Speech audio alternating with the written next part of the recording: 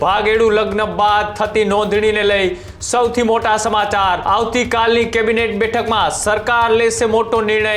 કેબિનેટમાં મંજૂરી મળતા સરકાર સત્તાવાર રીતના કરશે જાહેરાત। અને હવે આખી લગ્ન નોંધણીના કાયદા મામલે કેટલાક સુધારાઓ આવે તેવી શક્યતાઓ છે, જેમાં લગ્નની નોંધણીની રજિસ્ટરની અંદર નોંધ થતાની સાથે જ તલાટી કમ મંત્રી તેને ક્લાસ 2 અધિકારી પાસે મોકલી આપશે। પ્રેમ લગ્નની જો માતા અને પિતાએ બંને મંજૂરી આપશે તો જ આ પ્રેમ લગ્ન રજિસ્ટર્ડ થશે, નહીં તો આ લગ્ન રજિસ્ટર્ડ નહીં થાય। મંજૂરી મળતાની સાથે જ કાયદો અમલમાં આવી જશે, એટલે કે ફેરફારો જે કરવાના છે ફેરફારો અમલમાં આવી જશે। ભાગેડુ લગ્નની સામે તેઓ લડત લડ્યા અને લડત બાદ હવે તેમનું આ પરિણામ છે, અને આ એ સરકાર આવતીકાલે કેબિનેટ બેઠકની અંદર ડ્રાફ્ટ રજૂ થતાની સાથે જ સત્તાવાર જાહેરાત કરે તેવી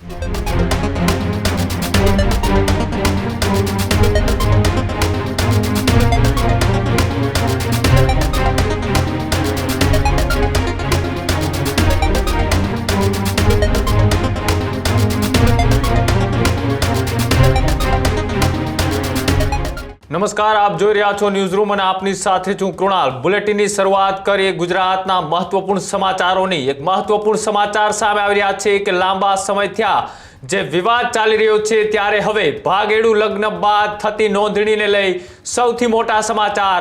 આવતીકાલની કેબિનેટ બેઠકમાં સરકાર લેશે મોટો નિર્ણય। કેબિનેટમાં મંજૂરી મળતા સરકાર સત્તાવાર રીતના કરશે જાહેરાત। ક્લાસ 2 અધિકારીની મંજૂરી વગર લગ્ન નોંધણી નહીં થાય। લગ્ન નોંધણીને હવે ક્લાસ 2 અધિકારી આપશે આખરી મંજૂરી। ભાગીને લગ્ન કરનારાઓની નોંધણી માટે તેમના માતા પિતાને મોકલાશે નોટિસ। નોટિસ મળ્યાના 30 દિવસમાં વાલીએ જવાબ રજૂ કરવો પડશે। તલાટી કમ મંત્રી પાસે આવતી લગ્ન નોંધણીની અરજી હવે ક્લાસ 2 અધિકારીને મોકલાશે। જે રીતના એ ભાગેડુ લગ્ન પ્રથામાં બોગસ જે લગ્ન નોંધણી કરવામાં આવતી હતી તેને ઉપર રોક લગાવવા માટે રાજ્ય સરકાર એ મહત્વપૂર્ણ નિર્ણય લેવા જઈ રહી છે। આવતીકાલની કેબિનેટ બેઠકમાં સત્તાવાર રીતના નિર્ણય કરવામાં આવશે, ત્યારબાદ સરકાર આ નિર્ણયની જાહેરાત પણ કરશે।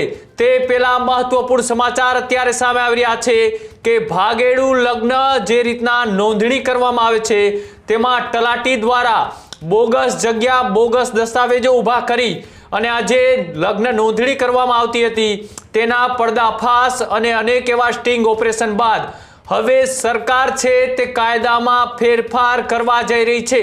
આ મહત્વપૂર્ણ સમાચાર સામે આવી રહ્યા છે કે આવતીકાલની કેબિનેટમાં મહત્વપૂર્ણ નિર્ણય એ સરકાર લેવા જઈ રહી છે। વધારે માહિતી માટે ન્યૂઝ રૂમથી પ્રદીપ જોડાયેલા છે। પ્રદીપ, જે રીતના એ ભાગેડુ લગ્ન પ્રથા હોય કે પછી લગ્ન નોંધણીના કાયદામાં ફેરફારની વાત હોય, આ મુદ્દે આવતીકાલે કેવા પ્રકારના નિર્ણય સરકાર લેવા જઈ રહી છે?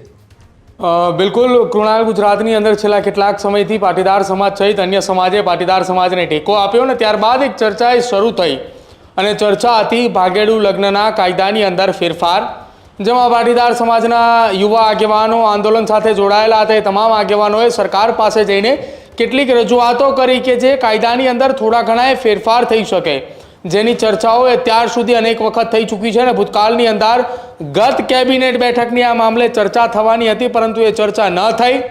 પરંતુ હવે આવતીકાલે જે કેબિનેટ બેઠક મળનારી છે, કેબિનેટ બેઠક પહેલાં જ આજે એક મહત્વપૂર્ણ સમાચાર એ સામે આવી ચૂક્યા છે કે આવતીકાલે કેબિનેટ બેઠકની અંદર ભાગેડુ લગ્ન મામલે એક ચર્ચાઓ થઈ શકે છે અને ચર્ચાઓ બાદ સરકારે સત્તાવાર જાહેરાત કરશે, અને સત્તાવાર જાહેરાત કરતાની સાથે જ નવા વર્ષની શરૂઆત દરમિયાન કેબિનેટ બેઠકની અંદર જે નિર્ણય લેવામાં આવશે તેની અમલવારી કરવામાં આવશે। જે ભાગેડુ લગ્નની અંદર તલાટી કમ મંત્રી ક્લાસ 2 લેવલના અધિકારીને એ આખી માહિતી મોકલશે।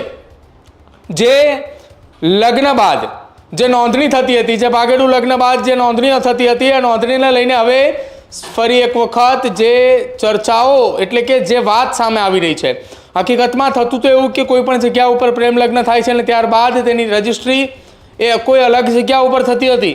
કેટલાક કિસ્સાઓની અંદર એસપીજી દ્વારા એવી માહિતીઓ પણ સામે આવી છે અત્યાર સુધીની અંદર કે જ્યાં લગ્ન થયા હોવાની વાત દીકરીને પણ જાણ ન હતી। એસપીજી અને પાટીદાર સમાજના યુવાનો દ્વારા જે ખુલાસાઓ કર્યા છે એ ખુલાસાઓને લઈને સરકાર પણ આ મામલે વિચારતી થઈ અને હવે આખી લગ્ન નોંધણીના કાયદા મામલે કેટલાક સુધારાઓ આવે તેવી શક્યતાઓ છે, જેમાં લગ્નની નોંધણીની રજિસ્ટરની અંદર નોંધ થતાની સાથે જ તલાટી કમ મંત્રી તેને ક્લાસ 2 અધિકારી પાસે મોકલી આપશે. ક્લાસ 2 અધિકારી તેનું નિરીક્ષણ કરશે, તે આખી અરજી તપાસશે અને સાથે જ માતા પિતાને એક નોટિસ આપવામાં આવશે.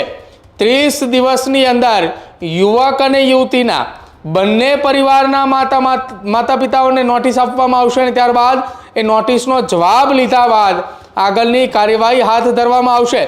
નોટિસના જવાબની જો વાત કરવામાં આવે તો એ નોટિસની અંદર એ લખાણ લખવામાં આવ્યું છે કે તમારી દીકરી અને સાથે જ આ દીકરાએ પ્રેમ લગ્ન કરવા માગી રહ્યા છે, તમે આ પ્રેમ લગ્નથી મંજૂર છો કે કેમ? તમારી સહમતિ આ પ્રેમ લગ્નથી છે કે કેમ? આ સહમતિ મળતાની સાથે જ પ્રેમ લગ્નની જો માતા અને પિતાએ બંને મંજૂરી આપશે તો જ આ પ્રેમ લગ્ન એ રજિસ્ટર્ડ થશે, નહીં તો આ લગ્ન એ રજિસ્ટર્ડ નહીં થાય. આ પ્રકારની દરખાસ્ત લાવવા માટેની તૈયારીઓ સરકારે આરંભી છે. અત્યારે જે સમાચાર મળી રહ્યા છે, જે સૂત્રોના હવાલે માહિતી મળી છે કે આ પ્રકારનું એક આખું ડ્રાફ્ટ તૈયાર થશે અને એ ડ્રાફ્ટ થયા બાદ મંજૂરી મળતાની સાથે જ કાયદો એ અમલમાં આવી જશે. એટલે કે ફેરફારો જે કરવાના છે એ ફેરફારો અમલમાં આવી જશે.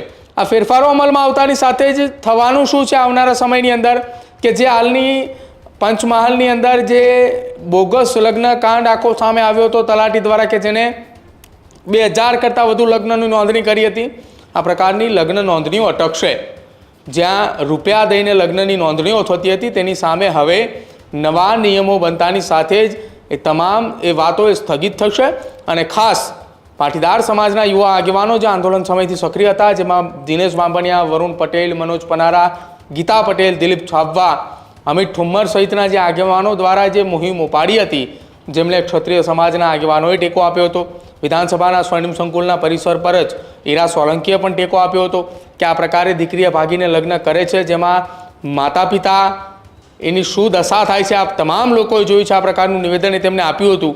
એ ઘટનાની અંદર હવે મહત્વપૂર્ણ સુનાવણી એટલે મહત્વપૂર્ણ જો આ નિર્ણય આવશે તો કદાચિત ગુજરાતના ઇતિહાસની અંદર આ સૌથી મોટી જીત એ પાટીદાર સમાજને કહી શકાય કે તેમને સંઘર્ષ કર્યો, ભાગેડુ લગ્નની સામે તેઓ લડત લડ્યા અને લડત બાદ હવે તેમનું આ પરિણામ છે.